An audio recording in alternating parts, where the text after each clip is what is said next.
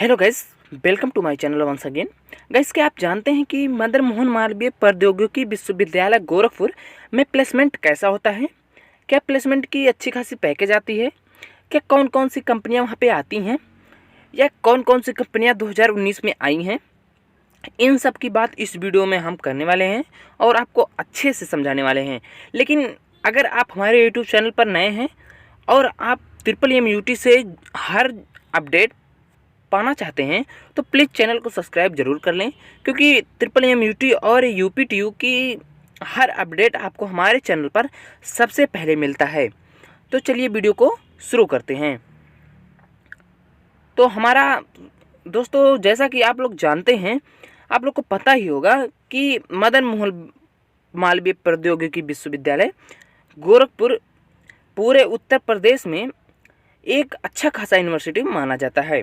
और इस यूनिवर्सिटी के NIF रैंकिंग की बात कर लें तो इसकी NIF रैंकिंग 200 के अंदर आती है। और आप इससे समझ सकते हैं कि इसकी प्लेसमेंट की गारंटी कितनी अच्छी होगी।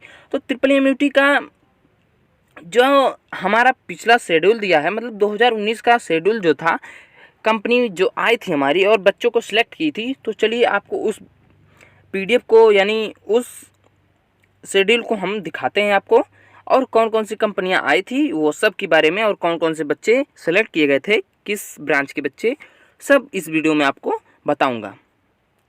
तो दोस्तों, Madan Mohan Malviya university of technology Gorakhpur placement data for session 2019-2020। उसके बाद यहाँ पे आ गया हमारा नेम ऑफ कंपनी ऑर्गेनाइजेशन, कितनी कंपनियां आई थी उनके नेम यहाँ पे दिए गए हैं। उसके बाद ब्रांच वाइज स्टूडेंट अपेयर्ड, कितने ब्रांच से कौन कौन से बच्चे सेलेक्ट किए गए थे, इसका भी जानकारी यहाँ पे है।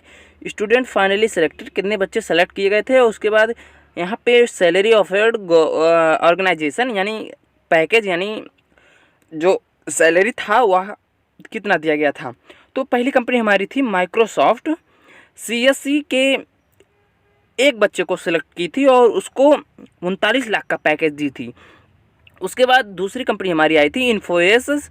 उसके बाद ये भी ECE से एक बच्चे को सिलेक्ट की थी और वह बच्चा CS से था, नहीं सॉरी, CS से नहीं था, वह MTech के बच्चा था और वह 8 लाख का पैकेज उसको मिला था। उसको ह्यूमनिंग वेब एक कंपनी आई थी जो CS, EC और MCA इन तीनों ब्रांचेस के बच्चे को सिलेक्ट की थी। CS के 4 और 2 बच्चे थे। उसके बाद इलेक्ट्रिक EC के 1 और 2 बच्चे थे। पूरे मिला के 9 बच्चे को सिलेक्ट किया था ह्यूमनिंग वेब कंपनी ने। उसके बाद यहाँ पे जो 4.5 लाख से 8 लाख का पैकेज ये पे यहाँ पे दिया था। उसके बाद NIIT टेक्नोलॉजिक्स, ये भी एक कंपनी आई थी। CS के और ECE और MCA के बच्चों को सिलेक्ट की थी। ये 17 बच्चों को सिलेक्ट की थी और 35 लाख, यानी सॉरी, यहाँ 3.5 लाख का पैकेज दी थी। उसके बाद ग्लोबल लॉजिक एक कंपनी आई थी। CS, ECE, MCA के बच्चों को सिलेक्ट की थी। 17 बच्चे सिलेक्ट किए थे। उसके बाद ये 4,80,000 का पैकेज दी थी। उसके बाद TC कोड वीटा एक कंपनी आई थी। वो CSE और ECE और EE इन तीनों ब्रांच के बच्चों को सिलेक्ट की थी। 38 बच्चों को सिलेक्ट की थी और 7 लाख से 3,36,000 रुपये तक का पैकेज दी थी। उसके बाद TCS NQT एक कंपनी आई थी। CSC और ECE और EE इन तीनों ब्रांच के बच्चों को सिलेक्ट की थी। 46 बच्चे सिलेक्ट किए गए थे और 3,36,000 का पैकेज दी थी। उसके बाद TC डिजिटल एक कंपनी आई थी। जारो ग्रुप का एक कंपनी आई थी। विप्रो टेक्नोलॉजी ये भी एक कंपनी आई थी। और यहाँ पे अमेजॉन का भी कंपनी गया था और वो CS के बच्चों को एक बच्चे को सिलेक्ट किया था और 30 लाख का पैकेज दिया था।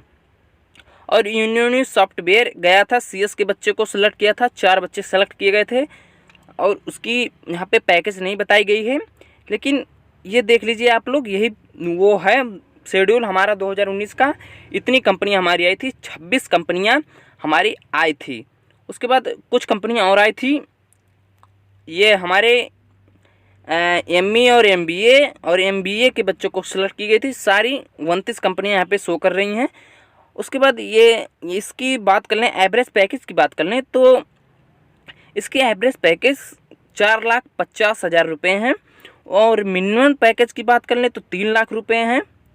उसके बाद मैक्सिमम पैकेज की बात कर लें तो 39 लाख का पैकेज यहाँ पे दिया गया था। और वह 39 लाख का पैकेज 2019 में दिया गया है। वह CSE के बच्चे को दिया गया है और वह एक बच्चे को सेलेक्ट किया गया था। और वह कंपनी जो दी थी वह माइक्रोसॉफ्ट की कंपनी थी। तो दोस्तों इस प्रकार से आपका ट्रिपल यूनिवर्सिटी में प्लेसमेंट होता है।